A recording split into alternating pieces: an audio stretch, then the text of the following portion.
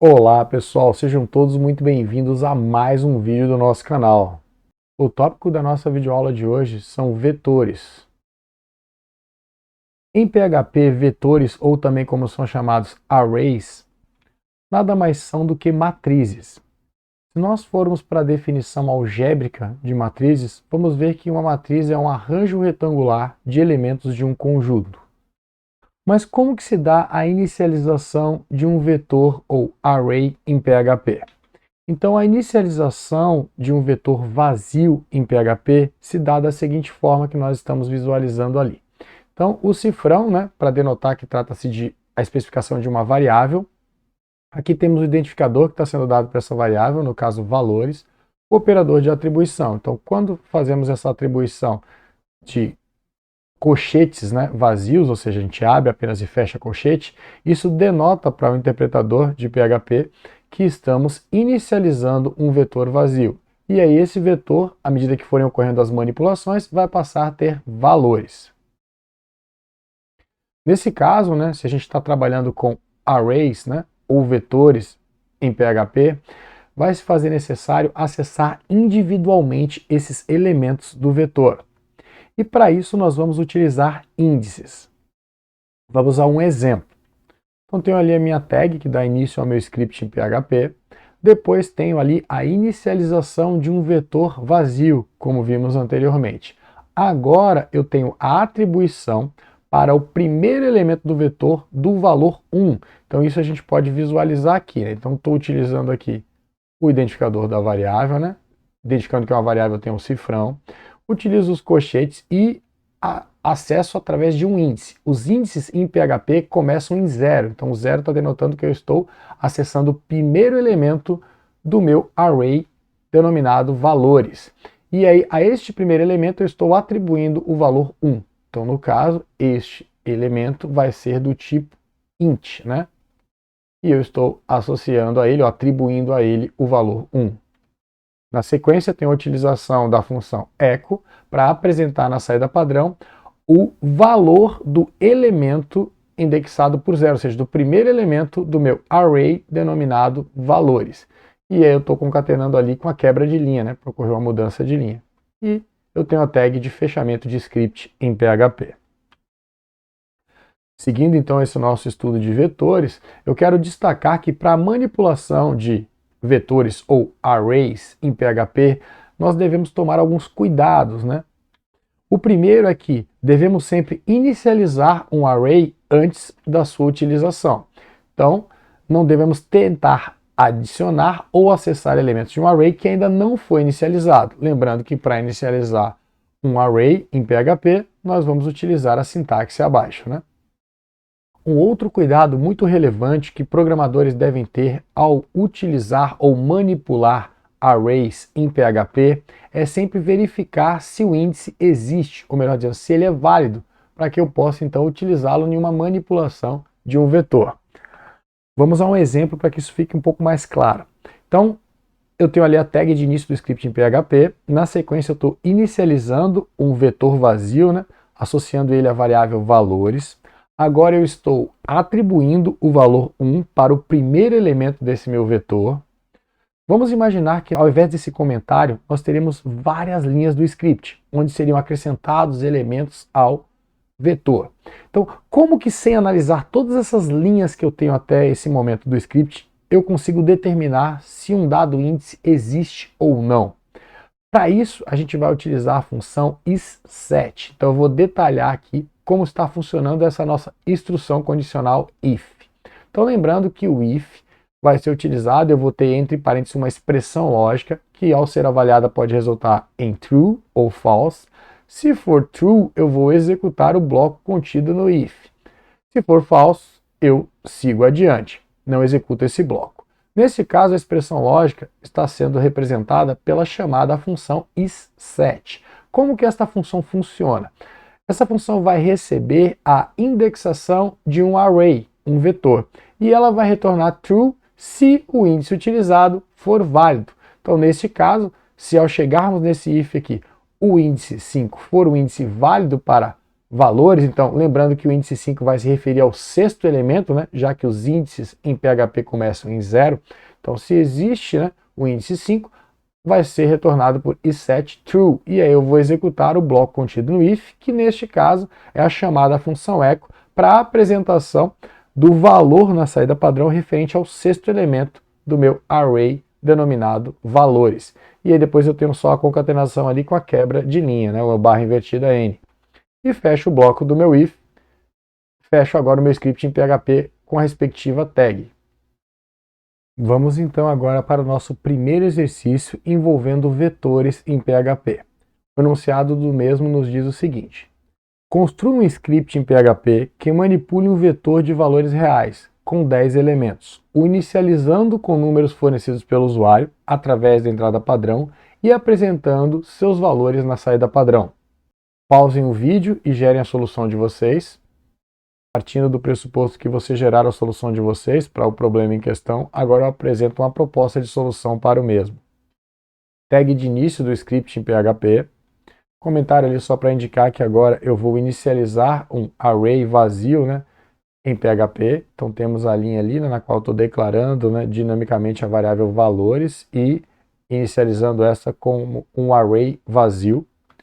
Aí agora eu tenho a declaração dinâmica da variável quantidade, inicializando a mesma com o valor 10. A utilização então da função echo, que vai apresentar na saída padrão a mensagem digite, aí o valor da variável quantidade, né, 10, então digite 10 números reais, 2 pontos se eu tenho uma quebra de linha. Agora um comentário só para indicar que eu vou ter um laço agora para coletar os 10 números fornecidos pelo usuário através da entrada padrão. Então tem um for ali, né, o meu laço de repetição para fazer isso. Aí só para nos recordarmos, né, da sintaxe do for, aqui eu estou declarando e inicializando a variável i, que vai controlar o número de iterações do meu laço. Então enquanto o i tiver um valor menor que o que eu tenho em quantidade, eu vou executar o bloco do for e a cada execução eu vou incrementar i em uma unidade, até que a avaliação da expressão lógica resulte em false e eu saia do meu for. Então o que eu vou ter dentro do bloco do for? Eu tenho ali agora um outro laço de repetição, nesse caso um while.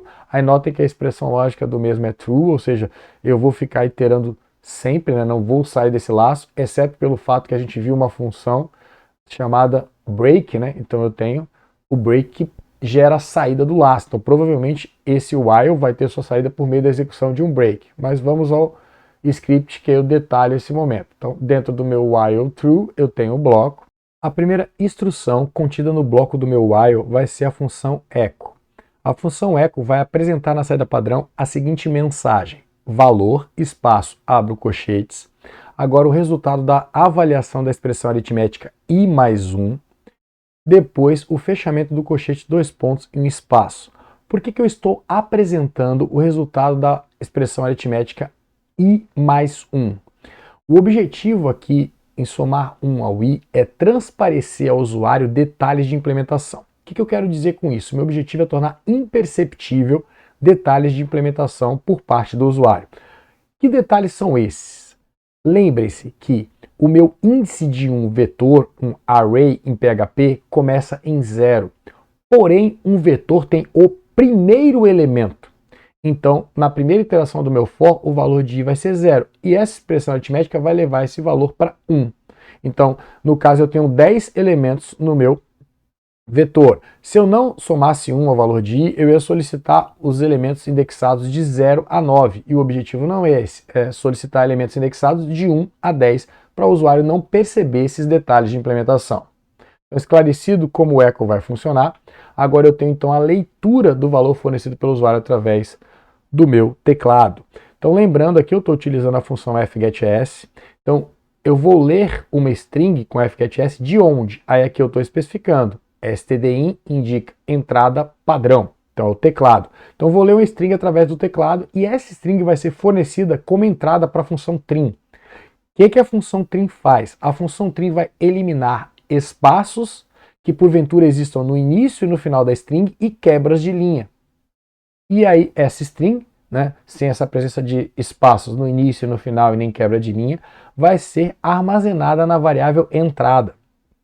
Agora eu vou verificar se o que eu recebi representa um valor real, é um valor numérico.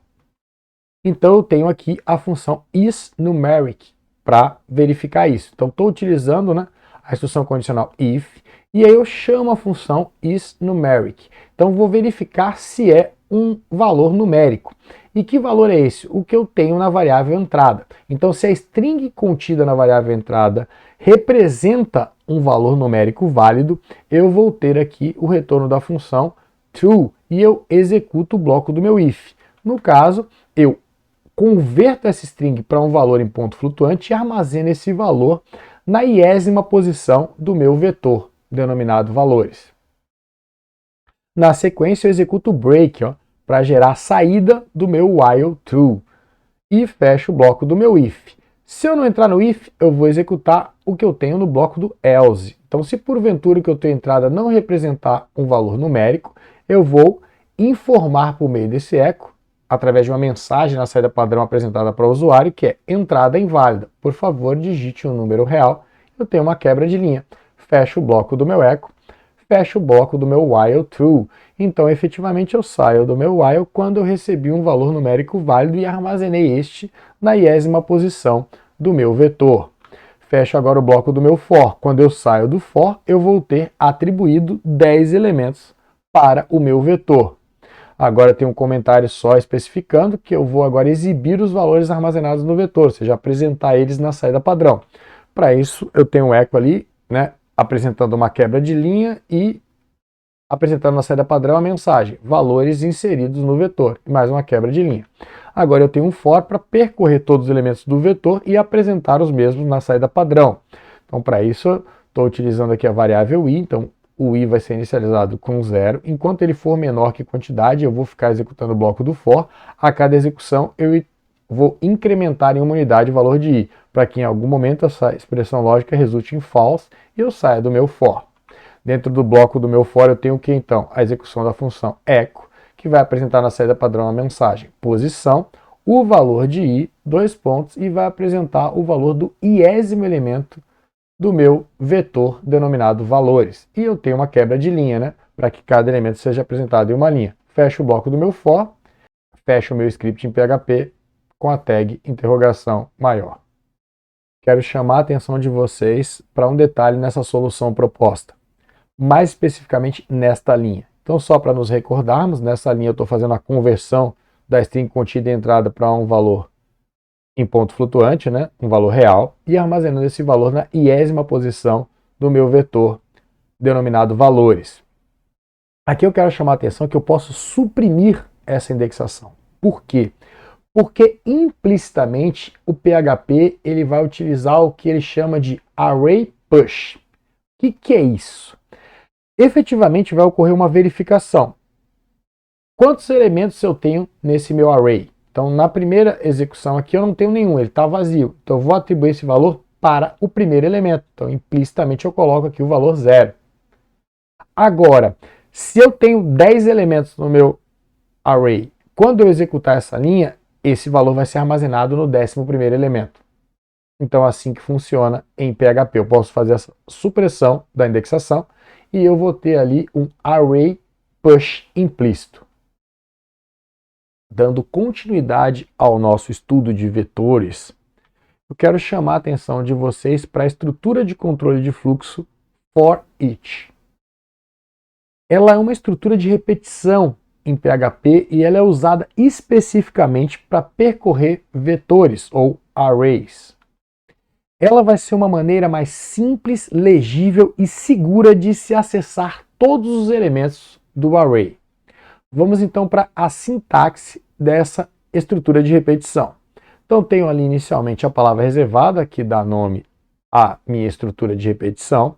Entre parênteses, eu vou especificar, né, qual é o vetor, o array que eu quero manipular e qual característica desse array eu quero utilizar para fazer as iterações. Nesse caso aqui eu estou dando o nome ao array e estou dizendo que essa variável vai receber a cada iteração um valor do array. Então na primeira iteração o valor do primeiro elemento, na segunda o valor do segundo elemento e assim sucessivamente. Dentro do bloco então eu posso ter o código associado, né, para a execução da manipulação de um dado elemento. E aí eu fecho o meu bloco. vamos analisar um exemplo da utilização do meu laço de repetição for each sobre o exercício que nós acabamos de desenvolver. Então esse trecho aqui do script é exatamente igual. Porém, no trecho do mesmo, onde eu faço a apresentação do meu vetor na saída padrão, eu vou me utilizar do laço de repetição for each. Então vamos à utilização do mesmo. Vamos analisar aqui a sintaxe, né, e a sua utilização.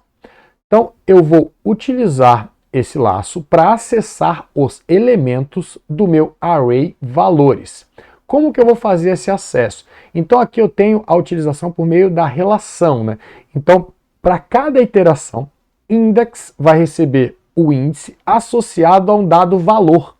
Então, na primeira iteração, index vai ter o valor 0 e valor vai ficar com o conteúdo do primeiro elemento do meu array valores. E aí dentro do meu bloco, eu vou, no caso, ter a echo que vai apresentar na saída padrão a mensagem posição, o valor de index, que na primeira iteração é 0, 2 pontos, e o valor que eu tenho na variável valor, que refere-se ao elemento do meu array valores indexado por index. E eu tenho uma quebra de linha. Fecho o bloco. E assim eu vou fazer as iterações. A nossa videoaula de hoje finaliza por aqui. Eu espero que você tenha gostado. Se gostou, não esqueça de deixar o like e nos vemos na próxima videoaula. Valeu!